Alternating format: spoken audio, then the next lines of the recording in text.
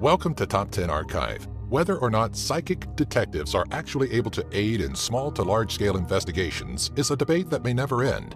But among those that may have a gift, there are those that exploit the nature of the situation at hand.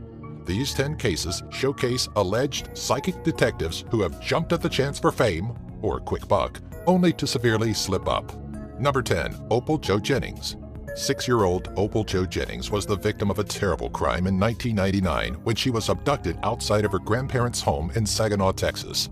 For 4 years, the location of Opal Jo's remains were unknown, but well-known psychic Sylvia Brown remained optimistic, especially during a reading she performed for Jennings' grandmother shortly after the abduction. "She's not dead," Brown told Jennings' grandmother on an episode of Montel, claiming that the young girl had been placed into slavery. Whatever consolation Brown's reading gave Jennings' family dissipated when, just months after the disappearance, child molester Richard Lee Franks was charged with the kidnapping. Opal Jo's remains were found in 2003, with medical examiners stating she had died within hours of Franks abducting her. Number 9. Teresita Basa. On February 21, 1977, the charred corpse of Teresita Basa was discovered in her apartment, a knife jutting out of her chest. Several months of investigations led to nothing. So when Detective Joe Stachula was told to contact one Dr. Jose Chua regarding a lead on the case, he jumped on the chance. Things took an odd turn when Chua claimed that his wife, Remedios, was possessed by the spirit of Teresita and, in a trance-like state, accurately called out Alan Showery as the killer. One may initially see a miraculous supernatural event breaking open Teresita's case, but amidst her possession, Remedios failed to mention that she worked with Teresita and her killer at Edgewater Hospital and had claimed being frightened of Showery. Number 8. Carlos Asif. What you decide to do with an alleged psychic tip could mean the difference between spending or saving £20,000 or over $29,000. In 2009, detectives of Dyfed Powys Police Department reopened the case of Carlos Asif after a group of psychics allegedly spoke with a spirit that put a darker spin on the original belief that he had hanged himself. The psychics claimed seeing a lion, a horse, the name Tony Fox, and were told by the spirit that Asif was strangled and forced to drink bleach and gasoline. After another extensive investigation that spanned pubs with lion and horse in the name, a look at known criminal Tony Fox, and a follow-up examination to look for signs of bleach or petrol, detectives determined no viability to the alleged psychic visions. Number 7. Sylvester Tonette. Depending on which side of the media you pay attention to, you may get two different versions of a psychic detective's involvement in a case. For the case of missing Sylvester Tonette, it seems that if you listen to psychic Nancy Meyer, she played a big role in finding the elderly man. Detectives associated with the case, Will Greenaway and William McClelland, give a different viewpoint, claiming that Nancy's points were very general, providing overly generalized details when it came to the geography of the area. Nancy's visions of railroad tracks and a body of water describe a good portion of the region, making it likely that she would hit. Number 6. Shannon Matthews. This story has a slightly hopeful ending, as the kidnapping victim, Shannon Matthews, was eventually found and released from her prison.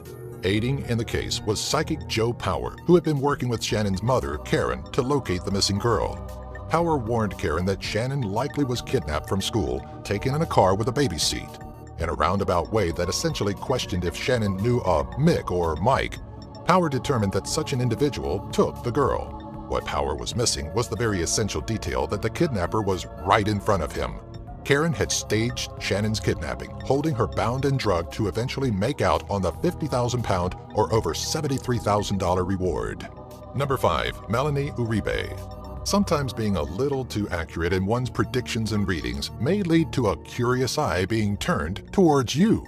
Etta Louise Smith claimed to have had a vision of the location of missing nurse Melanie Uribe.